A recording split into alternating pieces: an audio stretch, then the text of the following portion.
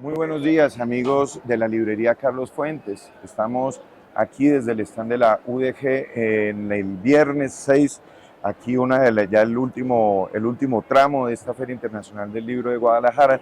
Y estoy muy contento porque tenemos en esta ocasión a Sandra Lorenzano con nosotros. Sandra, muy buenos días.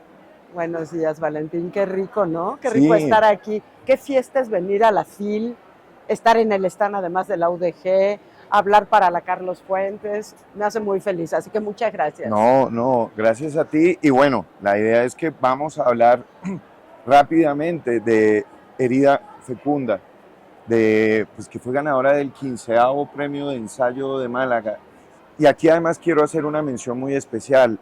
Hace un par de días se hizo la celebración de los 25 años de Páginas de Espuma, que es la editorial que publicó el libro. Y en algún momento Juan Casamayor, amigo y editor admirado por todos, mencionaba que lo suyo era lo breve. Y sí, este es un libro breve, pero jamás la brevedad ha negado la contundencia y la potencia. Y quería eso, que conversáramos un poco de la estructura de este libro.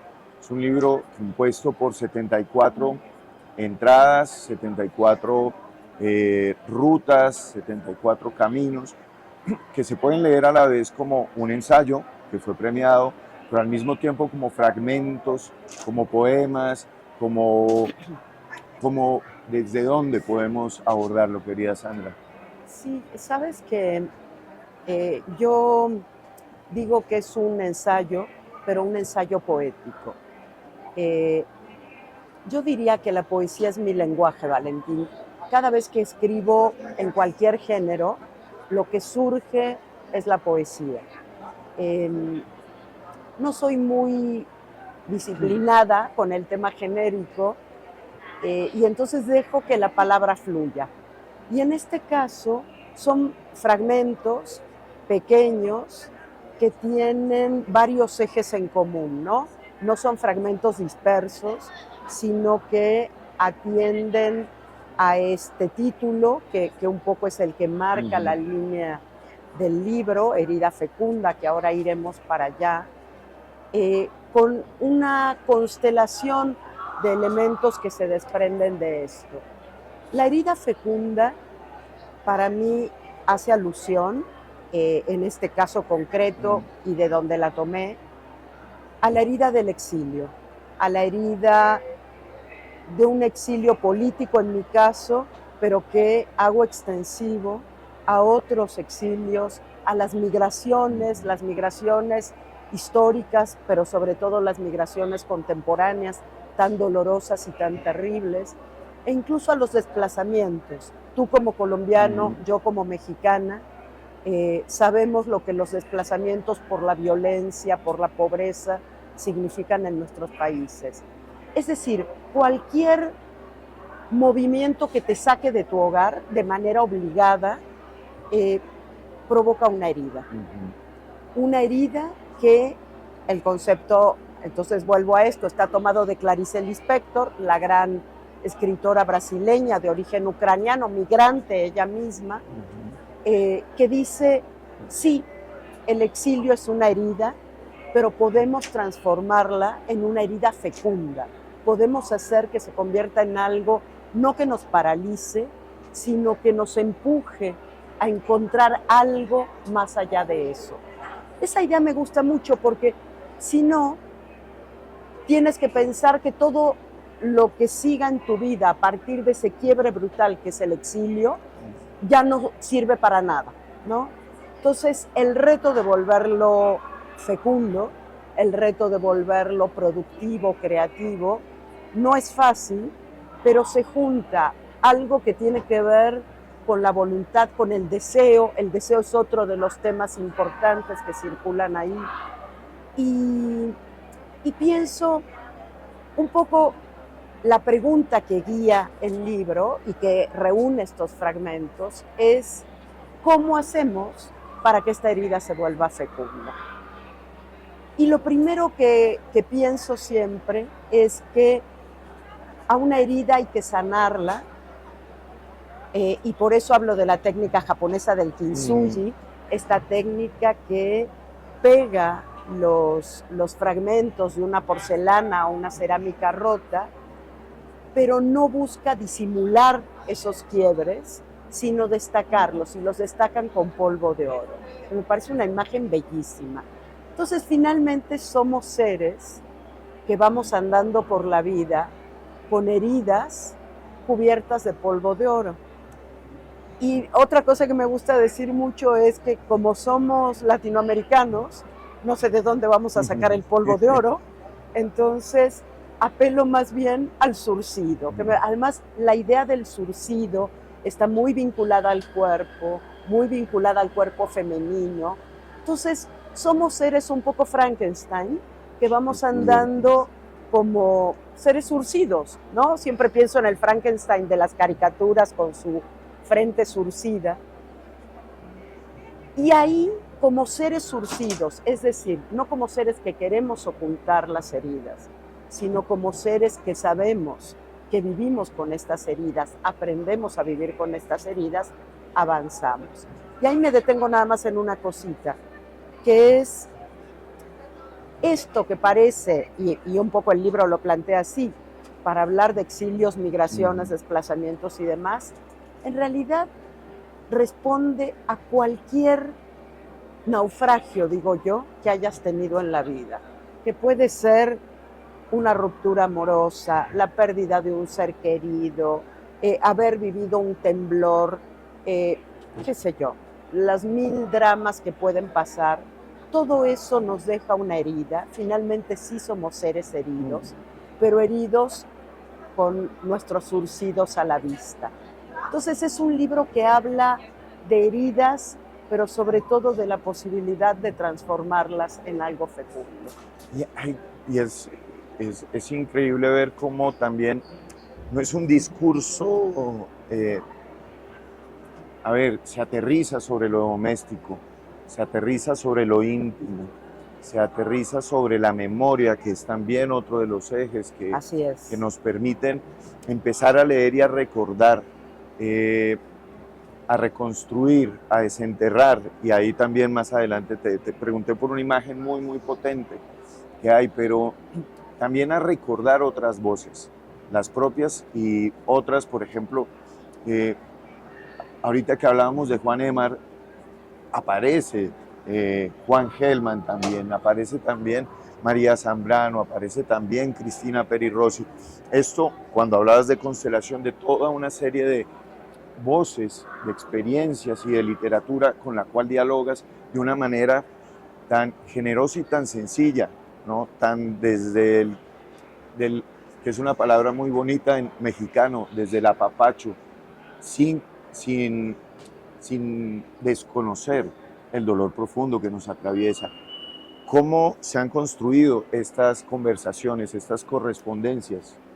Sí, este es un libro que he ido escribiendo, siento, a lo largo de los años, ¿sabes? Entonces, siempre, aunque leo mucho y leo de todo y me dedico a esto y demás, hay algo que siempre me lleva a los textos vinculados a temas afines. Tengo una colección que además he decidido que puede ser una colección, así que ahora ni siquiera tiene la limitante ni geográfica ni de lengua, de personas que hablan de sus migraciones, de distinto tipo, ¿no? He descubierto una autora turca, otra iraní, una marroquí, o sea, mucho mujeres, pero no solamente. Lo que ha pasado es que cada vez que leo algo que resuena con mi propia experiencia, se vuelve, ese autor, esa autora se vuelve un interlocutor de mi propia escritura. Y entonces yo siento, ¿sabes qué, Valentín? Y tú lo vas a entender también, porque un poco compartimos historia, aunque no sea idéntica, ¿no? Es una manera de sentirme menos sola en esta aventura. Es una manera de entender que muchas personas antes que yo, o al mismo tiempo que yo, han pasado o están pasando situaciones similares, y que lo que yo siento, aunque lo digo a mi manera, está alimentado también de todas esas voces. La manera de hacer inteligible para mí mi propia experiencia es a través también de las palabras de los demás, que es una manera de volver fecunda ese momento de soledad extrema en que te deja el exilio, ¿no? Hay un momento de soledad en el que sientes que pierdes piso, de hecho has perdido piso, que sientes que has perdido tu lengua, aun cuando llegues, como fue mi caso o el tuyo, a un lugar donde se habla el mismo idioma, digamos. Hay un quiebre ahí y estas otras voces me ayudan a surcir esos quiebres y me acompañan. Yo pregunto mucho siempre, sobre todo en mis cursos de escritura, ¿qué salvarías en un naufragio? Considerando que estas experiencias y las que he mencionado antes son naufragios íntimos, naufragios personales. Y siempre pienso que una de las cosas que salvaría son esas voces que me han ido acompañando, que ya son voces que me constituyen. A veces cuando veo citas parecidas de los mismos autores en otro lado, es así como, oye, no, ese es mío, ¿no? Me pasó ahora con el discurso maravilloso que dio Sergio Ramírez, hablando del exilio, y empieza citando a Brecht en la misma cita que yo pongo, y digo, pero Sergio, sé que pertenecemos finalmente a una suerte de cofradía, ¿no? La cofradía de los que van navegando en lo que quizás al final de nuestros días, a pesar de lo felices que somos, que soy yo, que sé que lo eres tú, que sé que es Sergio Ramírez, al final de nuestros días a lo mejor hemos pasado más de media vida en un bote salvavidas. La propia María Zambrano, a quien también citas, reconoce que esas pérdidas, cuando habla de su madre, no hay pérdida, siempre están con nosotros, ¿no? Es nuestra valija invisible, ¿no? Así es. Con la que vamos cargando. Y también eso, y lo respondiste, porque era una pregunta, ¿desde dónde escribe Sandra esta? Y es eso, es todo un recorrido. Siento que no hay necesidad de llegar a ningún lugar, siento que vas sorteando los caminos sin un fin último, sino Exacto. el lenguaje, que también es muy, muy potente. Sí, a mí me interesa mucho, además de esto que dices, y esa maletita de los afectos sin la cual no sobreviviríamos, donde entran estas voces queridas, pero entra nuestra memoria, claro, ¿no? La gente querida, la gente que hemos dejado atrás, la gente pues que ya no está, ¿no? Porque siempre digo, cuando decimos volver, digo, no es volver a un lugar, es volver a un tiempo. La pregunta no es volver a dónde, es volver a cuándo. Y nadie puede volver a un cuándo, ¿no? Y en ese sentido, una de las huellas que queda de esa memoria queda en la lengua, aunque nadie se dé cuenta. Ese quiebre en la lengua, ese balbuceo, ese tartamudeo del que hablo yo, que tampoco lo inventé, pero que me representa totalmente. Lo dice Osip Mandelstam, el poeta ruso, ¿no? Nuestra generación aprendió no a hablar, sino a balbucear. Lo dice Paul Celan, otro de mis gurús, cuando dice la lengua herida que atravesó el horror. Lo dice Juan Gelman con su lengua en duelo. En fin, lo dice María Zambrano sin duda, y además María Zambrano y los demás también. Fíjate que he mencionado puros poetas, ¿no? Esta idea de que finalmente la poesía pareciera ser siempre una lengua balbuceante. No solo la poesía del exilio, de la migración, del horror de Auschwitz o de las dictaduras. Quizás la verdadera poesía, y me estás haciendo decir cosas que tampoco te creas que las tengo muy pensadas, pero eso es lo que hace una buena entrevista, ¿no? Que uno empiece a pensar cosas que quizás no las tenía tan claras. No, y además nos dan ganas de hablar mucho y mucho y más, y es empezar a desurcir. Exacto. Pero quería pedirte un favor. Quiero que leas un par de fragmentos. Pensaba en las entradas porque son maneras de de ingresar Vale. Son dos fragmentos, el primero muy corto, el siguiente un poco más, para que también todos los que nos acompañan oigan de tu propia voz estas joyas.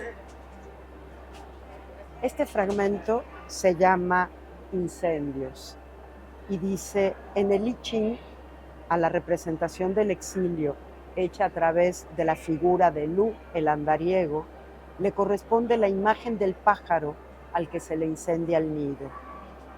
Aún voy en busca de los nidos quemados, anhelando que estén tibias las cenizas.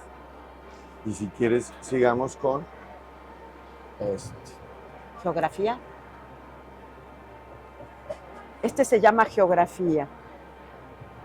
Vengo de otra parte. Me desperté con esta frase en la cabeza, pero no hablo de geografía. Hablo de la suma de barcos y abuelos, del tejido de lejanías. Hablo de los desaparecidos de allá y de acá. Hablo de los que ya no están.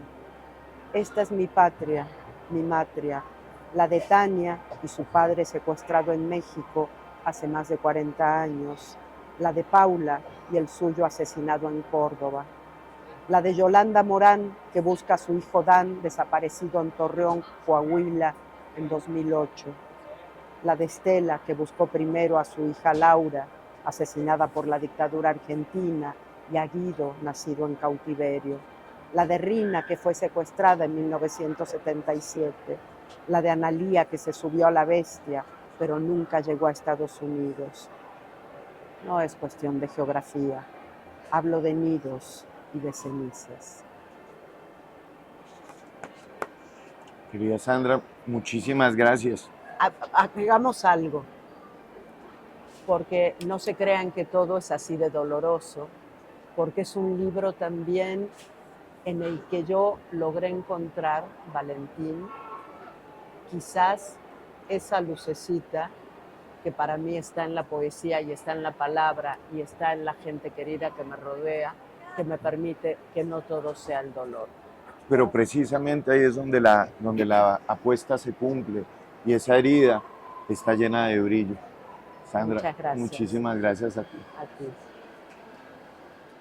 LCF, letras que nos transforman.